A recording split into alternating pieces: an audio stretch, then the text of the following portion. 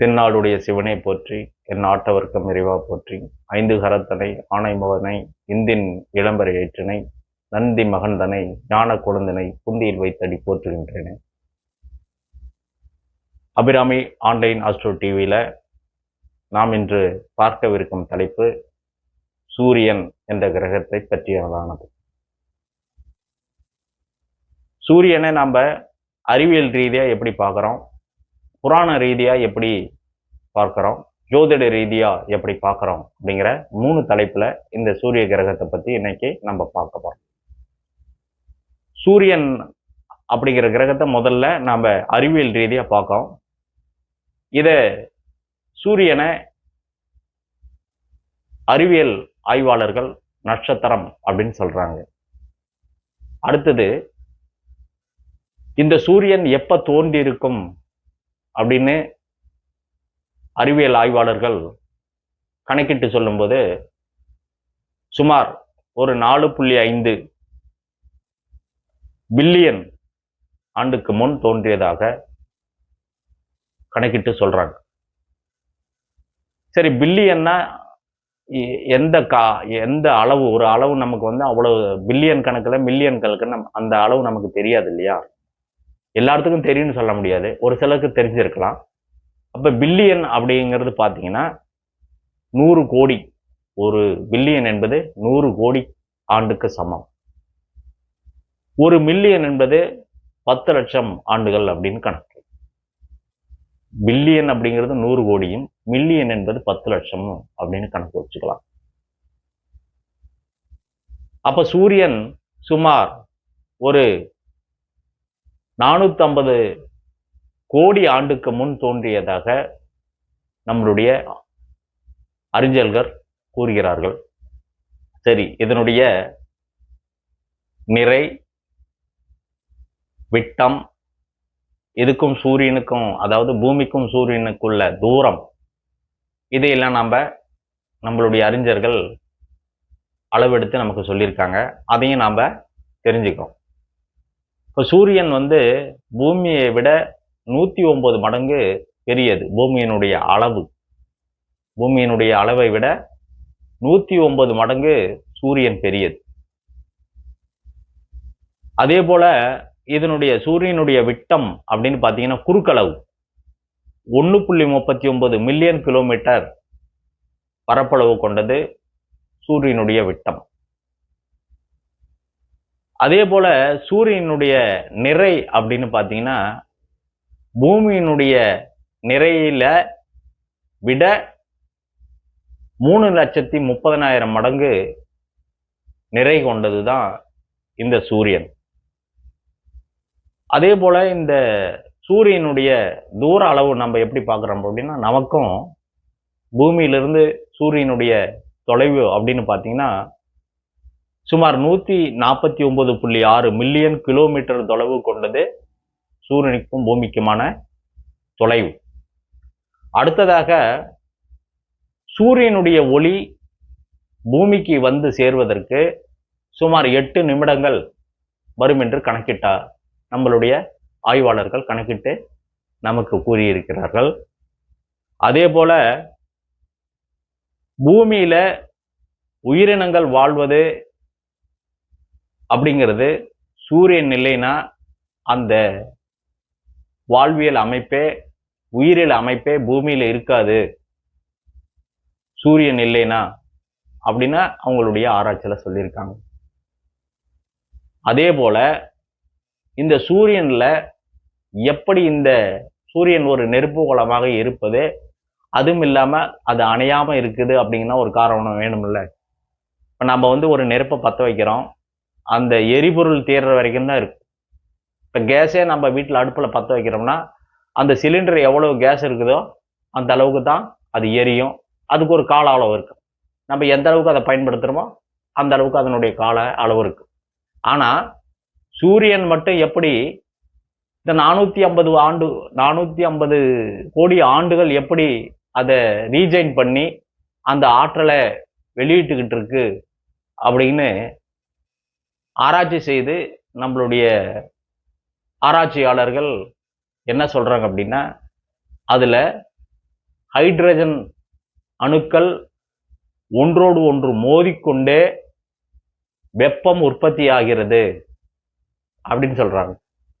இது இன்னும் எவ்வளவு நாளைக்கு இருக்கும் அப்படின்னா அவங்க பார்த்தீங்கன்னா இன்னும் பல 100 கோடி ஆண்டுகள் வரும் அப்படின்னு சொல்றாங்க. அப்ப இதெல்லாம் இந்த சூரியனை பற்றி நம்மளுடைய கருத்துக்களை நம்மளுடைய அறிஞர்கள் நமக்கு பதிவிட்டிருக்காங்க, நமக்கு தெரிவிச்சிருக்காங்க. இது சூரியனை பற்றி சயின்ஸ் ரீதியா நம்ம தெரிஞ்சு கொண்ட விஷயங்கள்.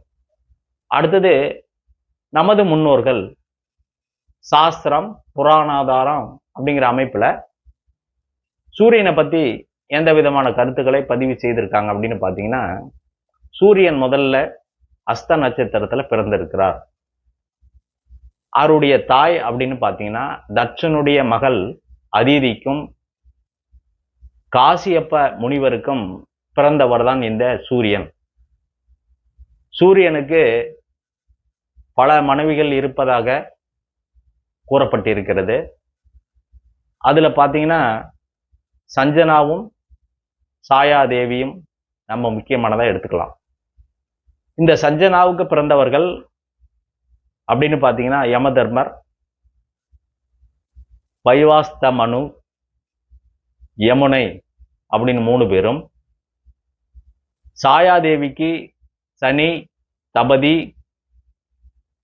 சர்வாணி மனு, பத்திரி அப்படின்னு இவங்க 4 பேரும் பிறந்ததற்காக சாத்திரம் சொல்லுது.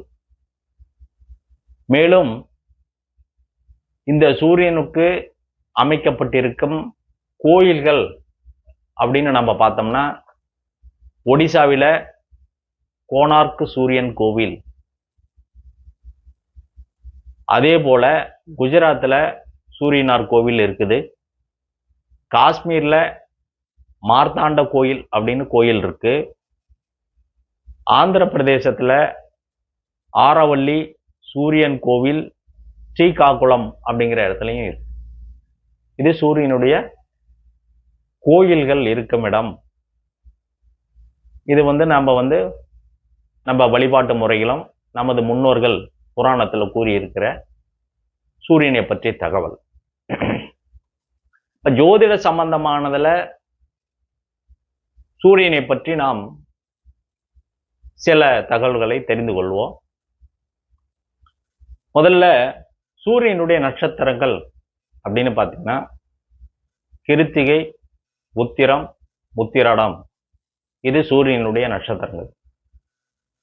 இந்த 3 நட்சத்திரங்கள்ல ஒவ்வொரு நட்சத்திரத்திற்கும் 4 பாதங்கள் உண்டு என்ற அடிப்படையில் 1 மற்றும் 4ஆம் பாதங்கள் புஷ்கர நவாம்சமாக வரும். அடுத்தது சூரியன் ஆட்சி பெறக்கூடிய வீடு என்று சொல்லக்கூடிய அவரது சொந்த வீடு சிம்மம் என்ற வீடாகும்.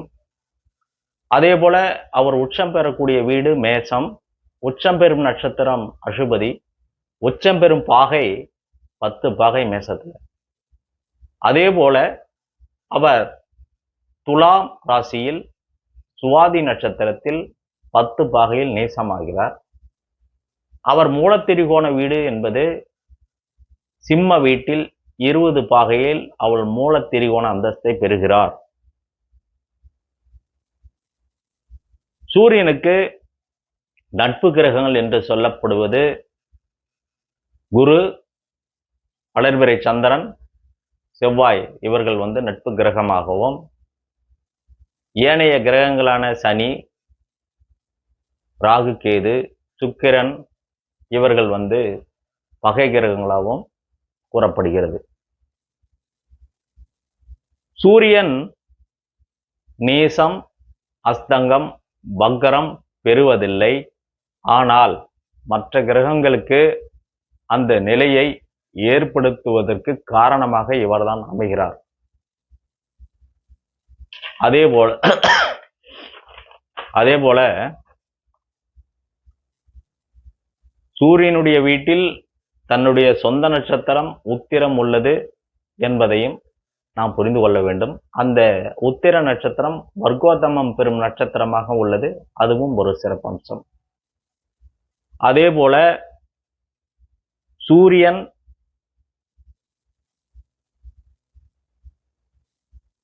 செவ்வாய் சனி சந்திரன் இந்த கிரகங்களின் நட்சத்திரங்களில் 3ஆம் பாதத்தில் இருக்கும் பொழுது அந்த சூரியன் நேசமாகிறார். சூரியனுடன் நேச கிரகங்கள் இணைந்தால் அதனுடைய தசாபுத்தி காலம் வரும்பொழுது அந்த லக்னத்திற்கு, அந்த ஜாதகத்தில் எந்த லக்னத்திற்கு எந்த பாவமாக வருகிறதோ அதன் காரத்துவங்களையும் பாவத்துவங்களையும் ஜாதகர் அனுபவிப்பதில் சிக்கல் பிரச்சனைகள் உண்டாகும். சூரியன் அஸ்தங்க கிரகங்களுடன் உள்ள தசாபுத்தி காலங்கள் வரும்பொழுது ஜாதகர் செய்யும் செயல்கள் ஜாதகருக்கு பலன் தராது. சூரியன் ராகு கேதுகளுடன் தொடர்பு ஏற்படுத்தும் பொழுதோ அல்லது ராகு கேதுக்களினுடைய நட்சத்திரங்களில் சூரியன் நின்று தசையோ புத்தியோ நடத்தினால் ஜாதகருக்கு வரக்கூடிய பலன் திசை மாறி போகும்.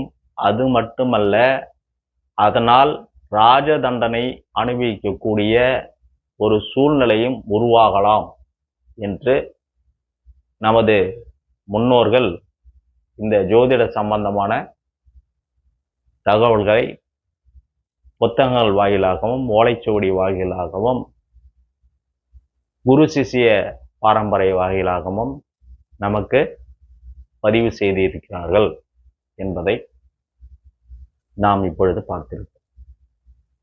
மேலும் பல தகவல்களை, பல கிரகங்களான தகவல்களை, ஜோதிடம் மற்றும் ஆன்மீகம், உளவியல், உடலியல் சார்ந்த விஷயங்களை நாம் அடுத்தடுத்த பதிவில் காண்போம் என்று கூறி மீண்டும் ஒரு பதிவில் உங்களை சந்திக்கிறேன்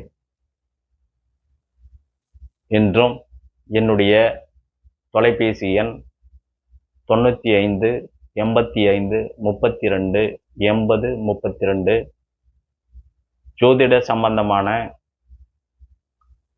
தகவல்களை அல்லது பாடங்களை அல்லது சந்தேகங்களை கேட்க வேண்டுமென்றால் இந்த தொலைபேசியில் தொடர்பு கொள்ளுமாறு கேட்டுக்கொள்கின்றேன். வாழ்க வளமுடன், வாழ்க வையகம். நன்றி, வணக்கம்.